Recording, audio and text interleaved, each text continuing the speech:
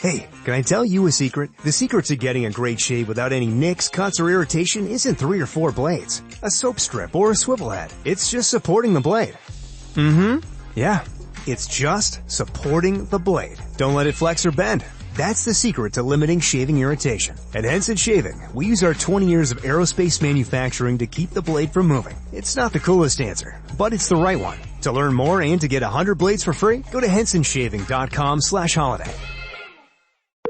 Discover, this is Daniela. Hi, it's Jennifer Coolidge. I just want to thank you for making me feel so special. I earned cash back on debit for my dinner party groceries. That's great, but with Discover Cashback Debit, we give everyone cash back on everyday purchases. Anything else I can help you with? Do you like asparagus and mushroom sorbet? I've got leftovers. Introducing Discover Cashback Debit, a checking account with cash back. It pays to Discover. Eligibility and terms at discover.com/cashback debit. Discover Bank, member FDIC.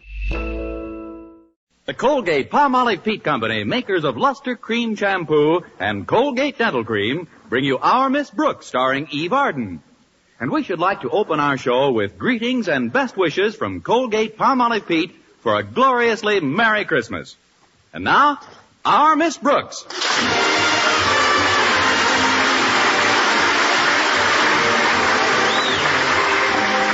Yes, it's time once again for another comedy episode of Our Miss Brooks, under the direction of Al Lewis. Well, many of us are spending this Christmas Eve with our families and friends. But our Miss Brooks, who teaches English at Madison High School, isn't quite so fortunate. No, my family was too far away to visit, and it seems my friends had other plans. But I made up my mind not to brood about it, and I was trimming a rather tiny tree in our living room when Mrs. Davis, my landlady, joined me. That's quite a nice Christmas tree, Connie. It isn't really a Christmas tree, Mrs. Davis. It's called a friendship tree. You see, I trim it by putting all my greeting cards on the branches with strips of cellophane tape. Looks nice, doesn't it? Yes, it does. You certainly received some pretty cards this year. And the sentiments are so lovely. Look at this one I got from my principal. Mr. Conklin, what does it say, dear? It's very heartwarming, Mrs. Davis. It says, "To Miss Brooks, may the coming year bring you much more efficiency in your work." Signed, O. Conklin. Oh, I can hardly believe it's Christmas time again. What happy memories I have of the earlier Christmases. There was one I'll never forget. I was just 8 years old, and when I tiptoed into the living room, there was my father standing by the tree. The minute he saw me, his eyes crinkled up, and he started to laugh, so that his big white beard and its huge paunch just shook with glee. Your father was made up as Santa Claus? No, he always looked that way. But to get back to the present, Connie, I'd love to stay here and celebrate Christmas Eve with you, but I promised my sister Angela I'd come over to her place. You remember Angela, the absent-minded one? Oh, certainly, Mrs. Davis. She always got a big thrill out of the holidays, too, even when we were girls. Of course, the poor dear could never remember when it was actually Christmas. And one Christmas day, she did the funniest thing. What was that, Mrs. Davis? What's what, dear? What did Angela do? Angela? Your sister. My sister. The absent-minded one. What did she do? Well, I haven't spoken to Angela in some time. What has she been up to?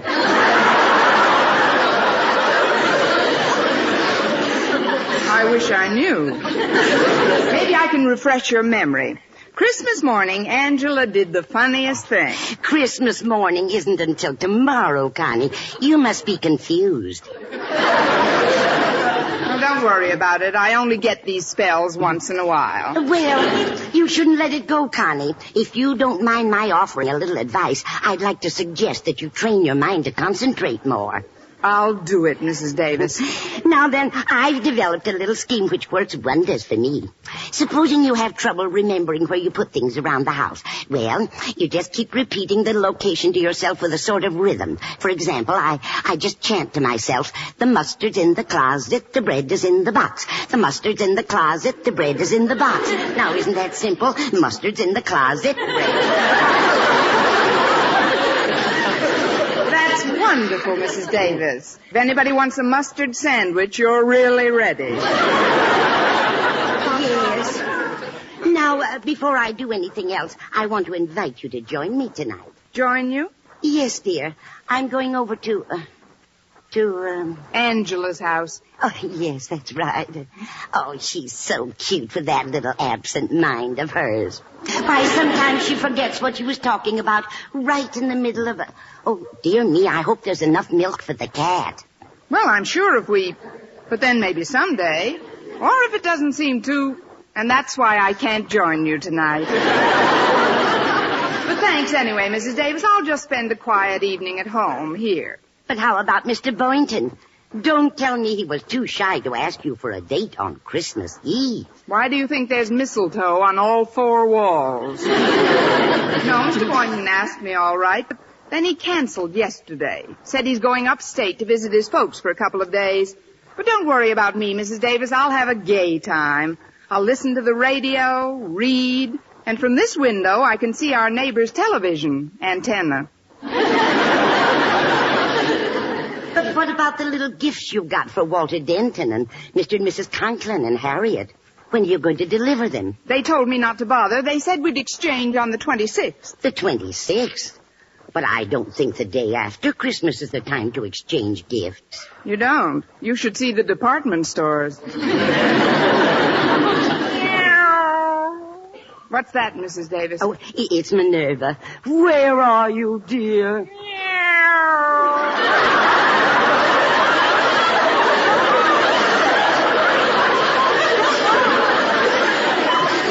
Oh, she's over by the tree. Here, Rover. Minerva. Isn't it the strangest thing how she bites at the pine needles? I guess the rosin in them appeals to her. I'd swear she likes the taste of it. I guess to her it's like a Tom and Jerry, or rather a Minnie and a Mickey. Come here, Minerva. We might as well get friendly. We're going to spend the evening together. Well, I'll be running along now, dear. I hope you won't feel too lonely. I'll be fine, Mrs. Davis. After all, I do have an imagination. I'll hang up my stocking in a little while. Then when I'm pretending I'm asleep, I'll sneak in and fill it. Before you know it, it'll be midnight. Midnight of Christmas Eve. I can just picture it. A short, thin man in a black suit comes sliding down the chimney with an empty bag. Saint Penniless, the schoolteacher Santa Claus.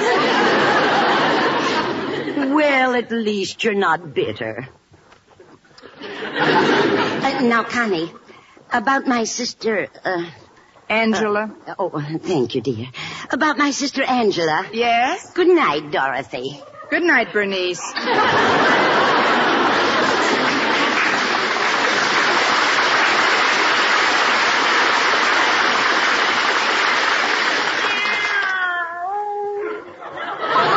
Oh, stop drinking those pine needles, Minerva. Come over here.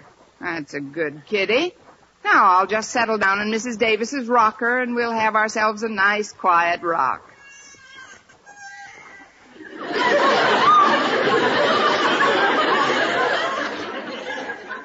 I've got to exercise more. My bones are rusting.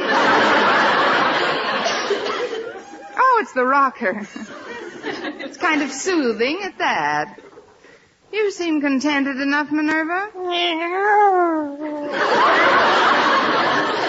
It was the night before Christmas, and all through the house, not a creature was stirring, not even a mouse. Oops, sorry, Minerva. I didn't mean to upset you. Oh, gosh, I'm sleepy. Now, who can that be? Expecting anyone, Minerva? That's funny. Nobody's here. I'm here. Where? Oh, leaning on my knee. What can I do for you? I'm a salesman, but I don't believe in giving any sales talk or sob stories. All I do is tell you what I'm selling. And if you want to buy, okay. If not, okay. Okay, what are you selling? Well, it's Christmas Eve. I'm just a small urchin, a little on the underprivileged side. I'm trying to make a few dollars to get some wood to heat our tiny apartment. So that while she's singing to my 3 sick sisters, my mother's lips don't turn blue. That's what I like, no sob stories. If you're selling handkerchiefs, I'll take 6. No, ma'am. I'm selling Christmas trees. They're only $1 a piece. Oh, I've already got a tree. Then I'll make it 50 cents. But I don't need How about a quarter? Look, little boy. I can arrange payments. Please take one, ma'am. These aren't ordinary trees, you know. They're magic. Magic? Yes, ma'am.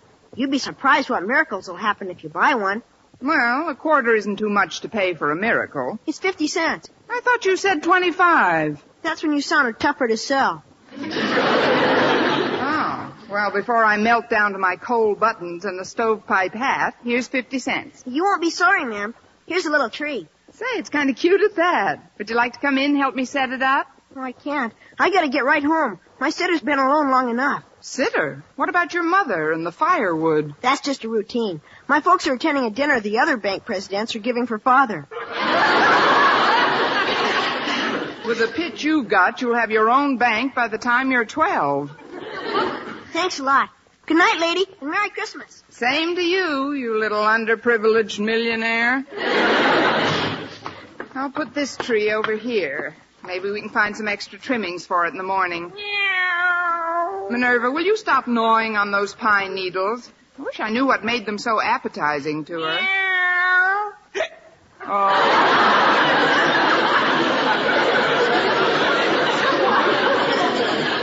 Now you come here and let those things alone. There we are. Well, I guess I'm not the only one that's spending Christmas Eve alone, without family or friends. But who can tell? Maybe Santa Claus has something up his big red sleeve that I don't even know about yet. Of course, I do have a squeaky rocker and Minerva. Jingle bells, Mary, stuff like that. Oh, what fun it is to rock with a big fat drunken cat.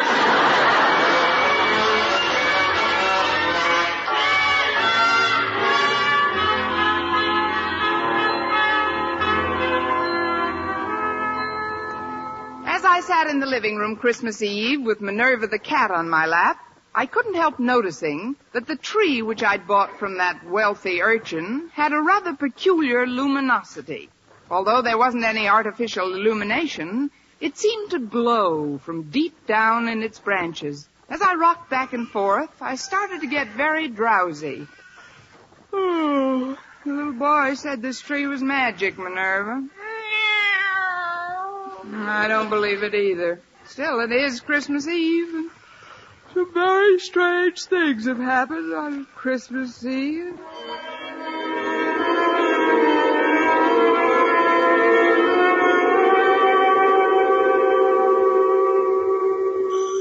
Huh? What's that? Oh, I must have been dozing. Coming! Well, it's Walter Denton. Come in, Walter. Noel, joyous Noel. Gracias. Come on into the living room, Walter. Thanks, Miss Brooks. Here, I brought you this little gift to put under your tree. Oh, that was very thoughtful, Walter. Put it under this tree over here. Okay. Say, you got 2 trees, haven't you? Yes, one for Minerva and one for me. Meow. What? Don't pay any attention to her. She's pine needle happy. Well, Miss Brooks, as you know, I was supposed to spend the evening nestled snugly in the tight little confines of my own small, immediate family circle. For heaven's sakes, come out of there. You're giving me claustrophobia. But I went to my father and mother and crove their permission. Wait a minute, Walter. You crove their permission? Yeah. Craven, crove, isn't it? Of course not. Crave. Let's see. Craven. After you crove their permission, Well, they waived my presence for a long enough while for me to deliver to you, Miss Brooks, the little token of my esteem and affection, which is now ensconcing under the tree. Walter, are you still in my English class? Sure, Miss Brooks. Well, I'd better bone up a little. One of us is going to flunk this term. What I'd like to say, Miss Brooks, is something that I've wanted to say for a long time. Yes, Walter? It's a little on the sentimental side, perhaps, for a so-called hep high school boy to be telling a teacher, but it's sincere, Miss Brooks. I'm sure it is. It's something I feel deep down inside of me, Miss Brooks, from whence so many of one's warmer emotions stem. That's whence they stem from, all right. Of course, even if it does seem over-sentimental or even downright sticky, Christmas Eve seems to be the time you can say things like this and not sound over-sentimental or sticky. Christmas Eve is the time to say them. I just hope I hear them by New Year's Eve. What I want you to know, Miss Brooks, is that I'm grateful. For what? For my association with you during the past semester at Madison High School. Well, thank you, Walter. I've tried to be a capable teacher. Oh, your teaching was nothing. I don't mean scholastically. As a teacher, you were very adequate. No, I mean personally. The interest you took in me and my problems. For that, I could never thank you if I lived to be 100. Of course, you'd be gone a long time by then. Joyeux Noel to you, too. You don't know what it's meant to me to have your ear whenever I needed it. It was nothing, really. I have another one. Especially about girls. Gosh, remember how silly I used to act about girls? Every time one of them looked at me, I giggled like a kid. And then, overnight, I matured. I met the one woman who mattered. Harriet Conklin.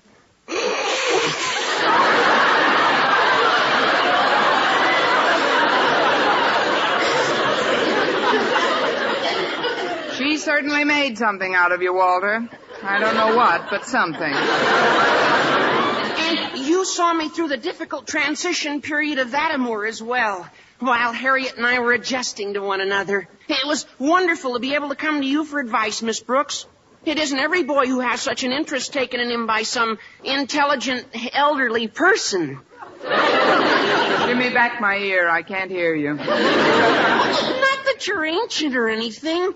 Gosh, I've seen girls who don't look as good as you do. Girls? What do you think I am? Shut up, Minerva. By the way, Miss Brooks, I see you got lots of mistletoe on the walls. Were you expecting Mr. Boynton tonight? Yes, Walter, I was. We were going for a wheelchair ride together. But he had to visit his folks upstate. His folks? Gosh, they must be well along in years. His father's over 50. They may shoot him next spring. Look, Walter, while you're here, you might as well pick up the little gift I got for you. Oh, but you shouldn't have, Miss Brooks. Where is it? Under the tree on your right. It isn't much, just a remembrance. Oh, gee, I almost forgot. I can't open it yet. Why not? Oh, you mean you want to put it under your tree at home and open it with your family? Well, not exactly, but I'll get it later, Miss Brooks. Oh, there they are now. I'll answer it. There who are now? Hey, come on in, folks. She was all alone when I got here. And it's really a surprise, isn't it? We should have stayed home Christmas Eve. Besides, it's freezing out. Now, Osgood, don't be so grouchy. Hello, Miss Brooks. Merry Christmas. Why, it's Mr. and Mrs. Conklin and Harriet. How are you all? I'm cold. Oh, that's too bad. Come here, Minerva. Rub up against Mr. Conklin. Meow. What's that? Go away, cat. She seems to like you, Osgood. Or is she hungry, Miss Brooks? She's not that hungry. I don't like cats. Why doesn't she go chase a mouse or something? You forget, Mr. Conklin. This is Christmas Eve. There isn't one stirring. Say, Harriet. Yes, Walter? There's a lot of mistletoe around this room. I know. It's real pretty. Osgood, notice all the mistletoe in this room? What? Oh, that green stuff. More often than not, it makes me sneeze. Oh, come on, Osgood. Let's see if it does. Oh, now, Martha, don't embarrass me. I don't like that. It doesn't make you sneeze, does it, Harriet? I'm willing to find out. Here's a nice wreath of it on this wall. Yeah. Well, here we are. Yes, here we are.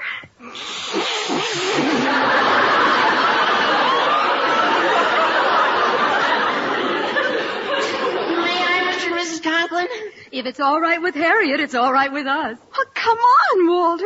We're getting old. Oh, gosh, you're sweet, Harriet. Isn't that cute, Osgood?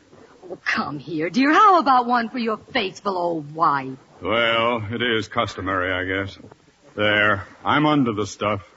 Now pucker up, dear. Very well, very well. You see, I told you. Now let's stop this romantic dribble and act like adult human beings.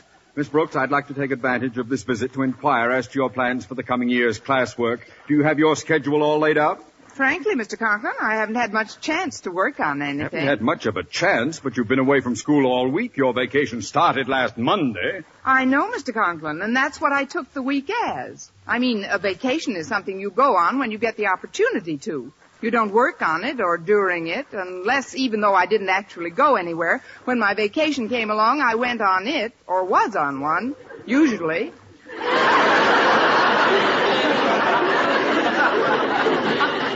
And you wanted to be the head of the English department. Please, Osgood, this is no time to talk of school affairs.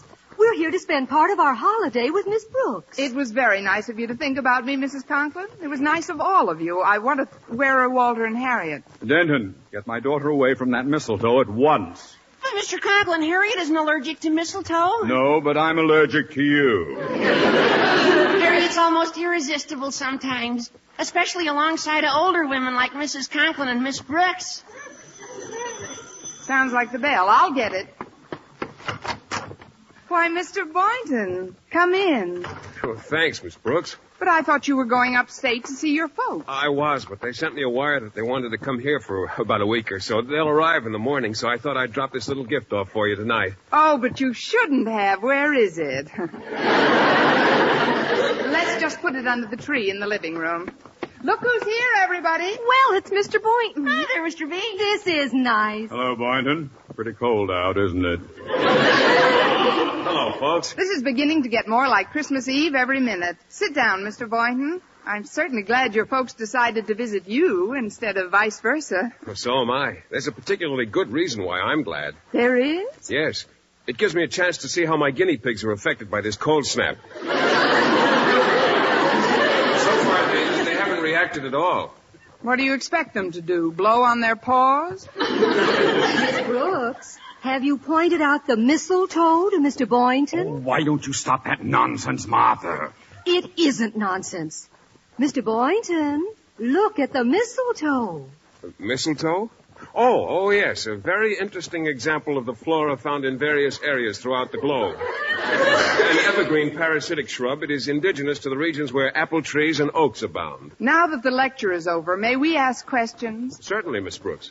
Want to stand under it?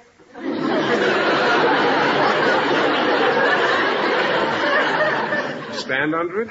Well, you see, because of certain characteristics in its makeup, an allergy is sometimes aggravated by its presence. I'll take a chance if you will. Come on, Mr. Boynton. Yeah, come on, Mr. Boynton. Just bring him over to this wall here.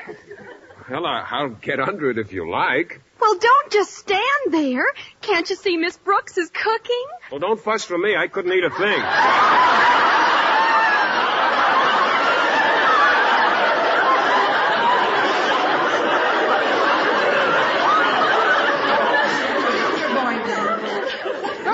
What standing under the mistletoe signifies?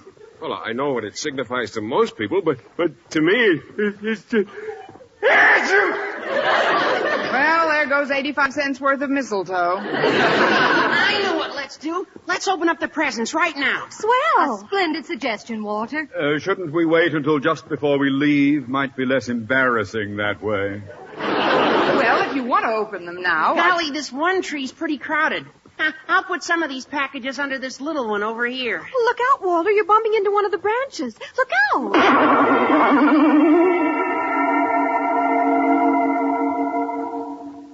Gosh, I got the funniest feeling when I touched that branch. What kind of a feeling, Walter? Well, you're Harriet Conklin, aren't you? Well, sure, I'm Harriet Conklin. Walter, what's the matter with you? Nothing. Nothing's the matter with me. It's just that I want to tell you something. Harriet, you've got to change. You ought to try to be more like Miss Brooks. Well, what do you mean, Walter? If you want me to stay interested in you, you gotta be more alluring, youthful, glamorous, feminine in that real feline Brooks way. Walter, have you been drinking pine needles, too? Look at that tree. It seems to be glowing. What do you mean, glowing? It's just the reflection from the streetlights. This party's giving me the memes. Holidays, indeed. Here, I'll just move the tree where it won't glisten in our eyes. Here we go.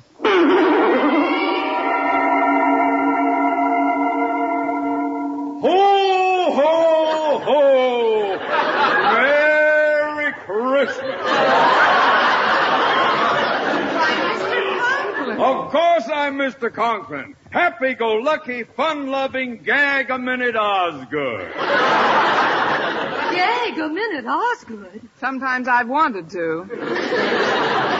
Brooks, is that really you standing there? I think so, Mr. Conklin. Why do you ask? Because you suddenly look so different, so intelligent.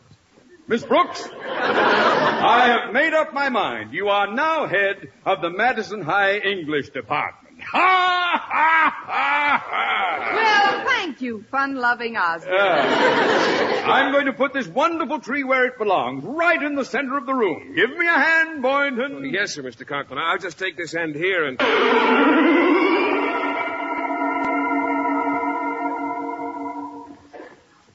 Miss Brooks. Yes, Mr. Boynton? Come here, baby.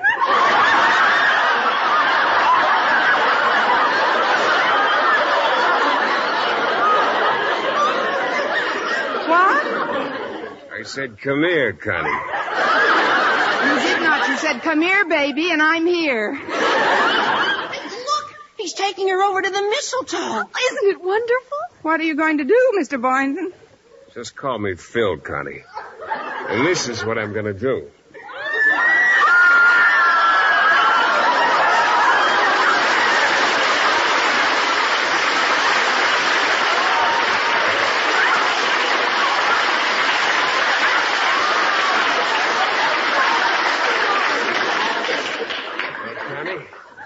How does that make you feel? I feel like I'm in a dream, Philip. A wonderful, beautiful dream.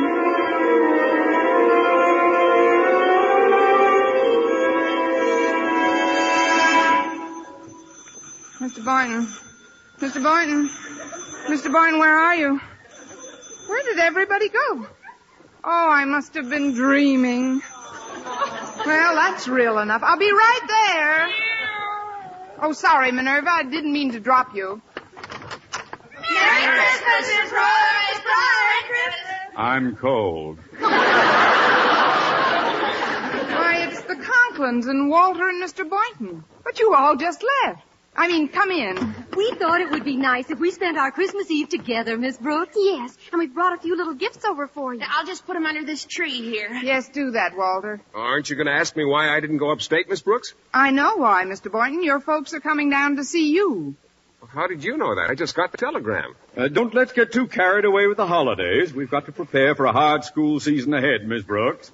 Oh, let's not talk about school affairs now, Osgood. Walter, look at the mistletoe. Yeah, look at it. Now, just a minute before we go through all that again.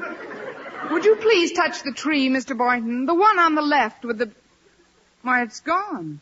There's only one tree. Miss Brooks, are you all right? Of course I'm all right. Could I have dreamt that part, too? Mr. Boynton, would you do me a favor, please? Oh, of course, Miss Brooks. What is it? Would you touch the Christmas tree? Touch it? Please, it's important. Well, all right. There. Nothing happened. What did you expect would happen? A miracle. Excuse me, I'll be right back. I'm a little urchin, and I'm selling magic Christmas trees. But you just came Please here... buy one, lady. They only cost 50 cents apiece. 50 cents? That's right. Here's $2. Give me 4 of them.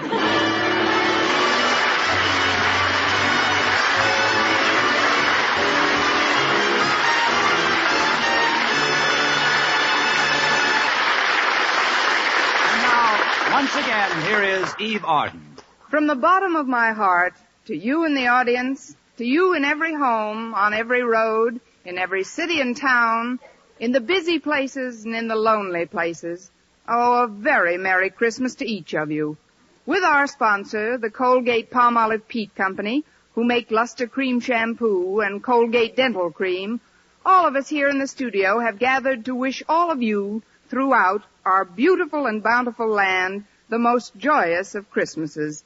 And may these words ring round the world and sink deep in the heart of everyone. Peace on earth, goodwill towards men. Merry, Merry Christmas, everyone. For mystery liberally sprinkled with laughs, listen to Mr. and Mrs. North.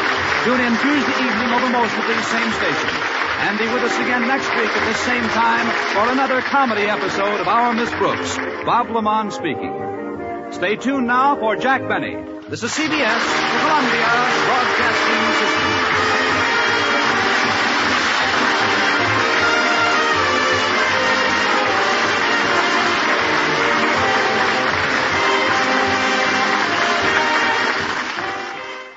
Hello, it is Ryan, and I was on a flight the other day playing one of my favorite social spin slot games on ChumbaCasino.com. I looked over at the person sitting next to me, and you know what they were doing? They were also playing Chumba Casino. Coincidence? I think not. Everybody's loving having fun with it. Chumba Casino is home to hundreds of casino-style games that you can play for free anytime, anywhere, even at 30,000 feet. So sign up now at ChumbaCasino.com to claim your free welcome bonus. That's ChumbaCasino.com and live the Chumba life. No purchase necessary. VGW. Void where prohibited by law. See terms and conditions. 18+. It is Ryan here, and I have a question for you. What do you do when you win? Like, are you a fist pumper, a woohooer, a hand clapper, a high fiver? I kind of like the high five, but if you want to hone in on those winning moves, check out Chumba Casino. At ChumbaCasino.com, choose from hundreds of social casino-style games for your chance to redeem serious cash prizes. There are new game releases weekly, plus free daily bonuses, so don't wait. Start having the most fun ever at ChumbaCasino.com. No purchase necessary. VGW. Void where prohibited by law. See terms and conditions. 18+.